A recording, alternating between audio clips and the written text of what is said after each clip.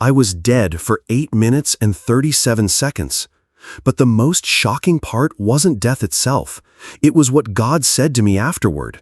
It wasn't about heaven. It wasn't about sin. It was about my phone. The phone was in my hand at the final moment of my life. God wasn't angry. He didn't condemn me. He didn't call me a sinner or say I was unworthy. He just asked one simple question that made my soul tremble. Why have you allowed this to control your spirit? I didn't know how to answer. I never thought the phone was the problem. I believed it was just a tool to stay connected, to avoid being left out, to feel seen. But in that moment, in a silence more terrifying than any scream, I realized I had never truly lived. I had posted pictures with perfectly filtered smiles while feeling empty inside. I had received hundreds of likes, but cried alone in a dark bedroom. I believed that if no one saw me online, I would disappear from the world altogether. And then I did disappear, not from social media, but from life itself. The last thing I saw was a notification lighting up my screen. A friend had sent me a message, but I would never respond, because just seconds later, I drifted out of my lane, crashed head-on, and everything went dark. I didn't feel pain, only cold and silence. A strange kind of silence with no sound, no thoughts, not even a sense of myself. But in that very moment, when I thought it was all over, a light appeared, and a voice called my name. Not with words, not out loud, but through a presence so powerful, every part of me came alive again. What was waiting for me beyond the boundary of life? And why was God's first message about social media? The next part will reveal a disturbing truth about the world you hold in your hands every single day. My name is Madison Grace. I'm 20 years old, a communications major, and the kind of person you'd probably call doing just fine on social media. Fine in looks, fine in likes, fine in a life packaged neatly into 15-second stories and long captions that read like half-hearted confessions. But do you want to know what truly terrified me? It wasn't being hated, it wasn't being judged, it wasn't even failure.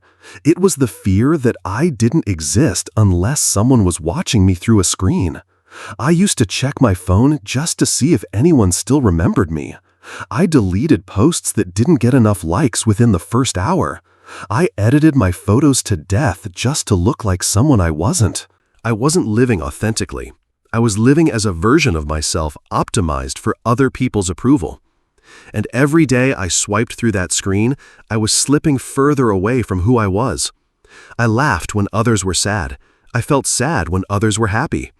I lived inside comparison, competition, and the cold, glowing blue light of a world that never truly touched me. I couldn't fall asleep without the sound of notifications. I couldn't look someone in the eye for more than 3 seconds, but I could tap a heart on their posts 100 times a week. I didn't call my mom, but I made sure the whole internet knew what I ate, drank, and wore that day. The truth is, I didn't know who I was anymore without a phone in my hand. I thought that was normal because everyone seemed to be doing the same. But I was wrong. I was completely wrong. Because there's another world growing quietly behind those screens. And in the next part, I'll show you what God revealed to me about that darkness, the one swallowing the souls of a generation we all assume is doing just fine. I don't remember the impact. I don't remember the sound of screeching brakes or my body lifting and hitting the pavement. It all happened in less than 3 seconds, but inside me was a silence that stretched out like centuries. I didn't hear anyone calling. I didn't see flashing lights. I didn't feel pain or trembling. There was only darkness. A thick, endless void with no color, no shape, no sense of self. I didn't know who I was. I didn't remember who I used to be. I had no name, no age, no memory of why I ever existed. But strangely, I wasn't afraid. I felt familiar, like I had been here before, long ago. A false kind of peace. A stillness that made you believe it might be okay to stay here forever. And just as I let myself surrender fully to that darkness, the light appeared. Not a blinding flash, not some dazzling movie moment, but a gentle thread of warmth, like a golden strand weaving through the night, unhurried but certain. The light didn't shine on me, it moved through me. And for the first time since I had died, I felt seen. Not by the world, not by social media, not by my followers, but by a sacred presence, vast, encompassing, and tender. The light didn't ask me if I was afraid. It already knew how deeply I had lived in fear. It didn't demand that I explain why I had lived the way I did. It was simply understood that I had never been taught how to live at all. I didn't hear a voice through my ears, but through something deeper in my soul. A message arrived without words, without sound, only feeling. You are still loved, even when you've forgotten how to love yourself. And just as I felt myself beginning to melt into that light, I sensed I was being taken somewhere, not by walking, but through a weightless kind of movement. I didn't know where I was going, but one thing became clear. I was about to be shown something I had never dared look at directly, the truth about the very world I had depended on to feel like I mattered. I didn't walk, yet I was being led. And in that place where time no longer held meaning, I was shown things no one had ever told me before. I saw myself, not my physical self, but my soul. A dim, fragile being of light, fractured and veiled beneath layers of dark, wispy smoke. Each layer was a moment of envy when I saw someone more beautiful, a moment of comparison between my life and that of a celebrity. For a moment, I scrolled too quickly to avoid meeting the eyes of a loved one across the dinner table. What I once thought were harmless whispers from social media had become steady winds, slowly extinguishing the light inside me. God appeared not in any image I had imagined. There was no throne, no thunder, no dazzling crown of light. He was simply the purest presence of love and truth. A love that didn't judge, didn't demand, didn't burden me with shame. A love that looked straight into my deepest wounds and still whispered, "I am here." He didn't scold me for living through a screen, for being addicted to the noise, or for losing touch with my soul. He simply showed me the consequence of all of it. He took me to a place that felt like an enormous classroom, where millions of young souls like mine sat staring into screens. Their eyes were fixed, but their spirits dimmed with every passing second. I saw shadows clinging to them, growing with each unresolved emotion. They didn't know they were feeding those shadows with every unconscious scroll, every comparison-laced tap of a like, every silence after a cruel comment. I saw emotional entities drifting through digital space, feeding on human spiritual energy. And every time someone felt they weren't enough because of what they saw online, a piece of their inner light was pulled away. And then I heard the words, "Technology is not evil, but disconnection is killing your souls." I wanted to cry, but I had no tears left. All I had was awareness and the overwhelming realization that I had let my light fade little by little. I thought I was living, but I was performing just to be noticed. I thought I was connecting, but I was only running from a deeper loneliness. God said, "You have lived in a raging sea, thinking you were being nourished by the waves. You mistook applause for love. You mistook the tension for presence." I stood in that space as image after image poured in, like a river of souls. I saw a little girl, maybe 12 years old, with dark circles under her eyes from staying up all night watching videos just to feel like she belonged somewhere. I saw a 14-year-old boy curled up in the corner of his room because no one liked the first post where he dared to share his sadness. I saw mothers and fathers, couples, groups of friends, all sitting beside each other, but each one lost in their glowing world of screens. No one truly saw anyone. No one was there. God showed me myself when I was still alive at a birthday party, laughing, posing for selfies, and editing pictures. But from the outside, I could see how dim my light had become, nearly gone.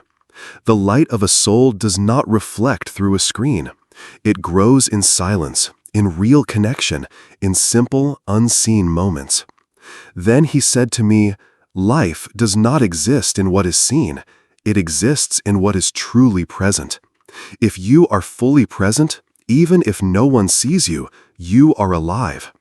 And in that moment, I understood. A genuine gaze is more powerful than 1,000 views. A silent prayer carries more weight than any viral post. I hadn't lost myself because I was broken or weak. I had lost myself because I had quietly stepped away from my own heart, piece by piece, as I handed it over to the digital world.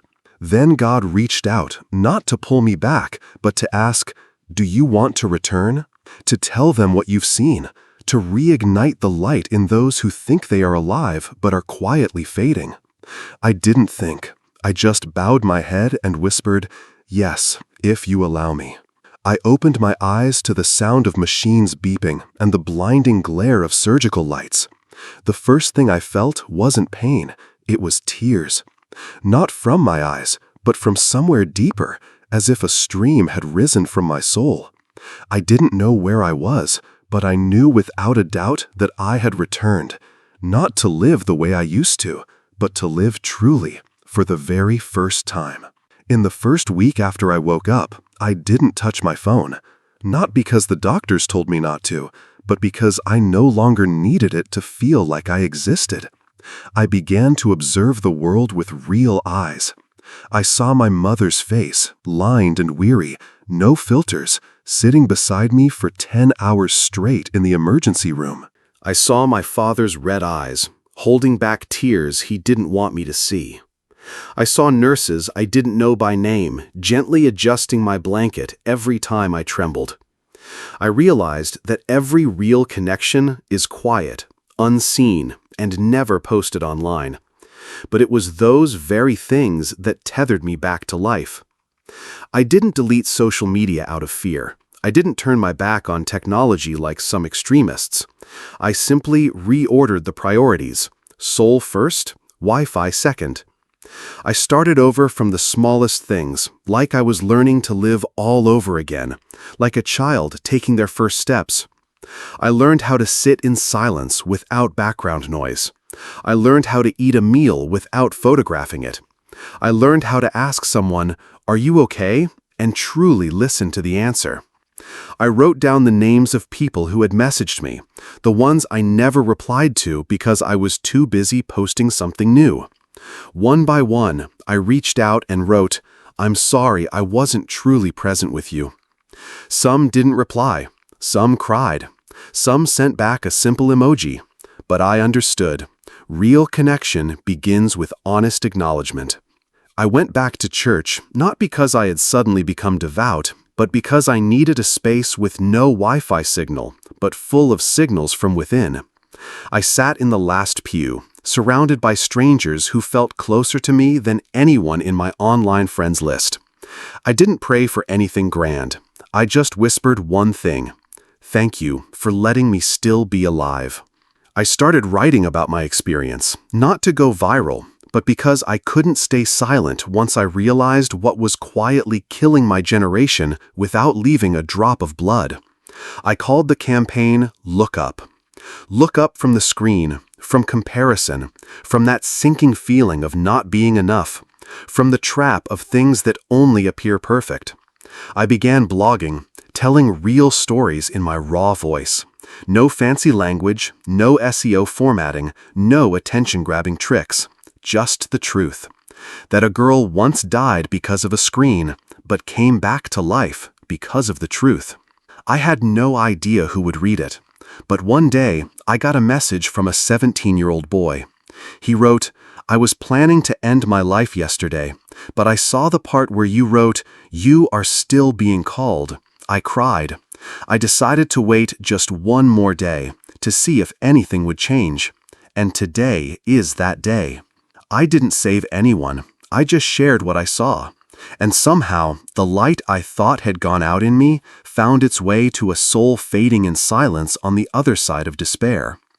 Look Up is no longer a campaign. It's how I live every single day.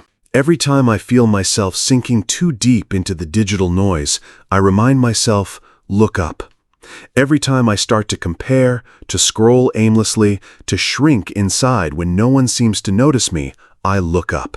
I look at the sky. I look at the person sitting across from me.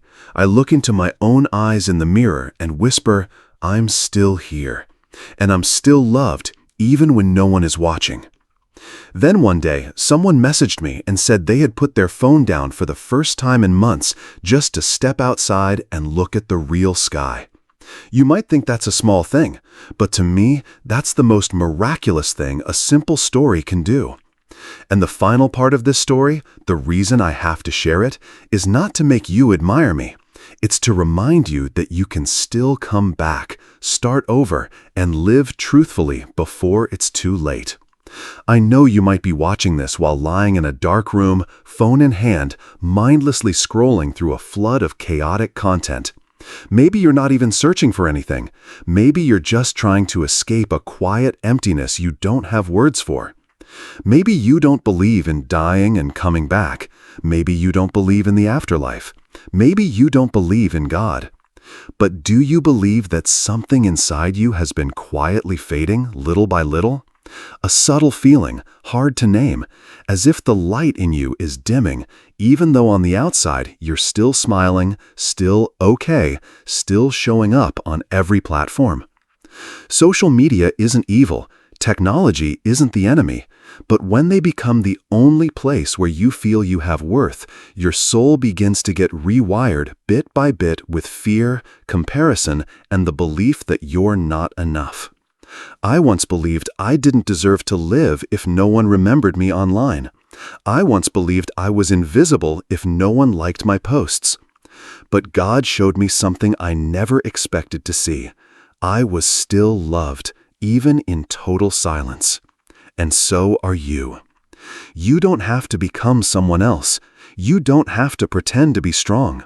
You don't have to force a smile just to be accepted. You were not born to chase other people's attention.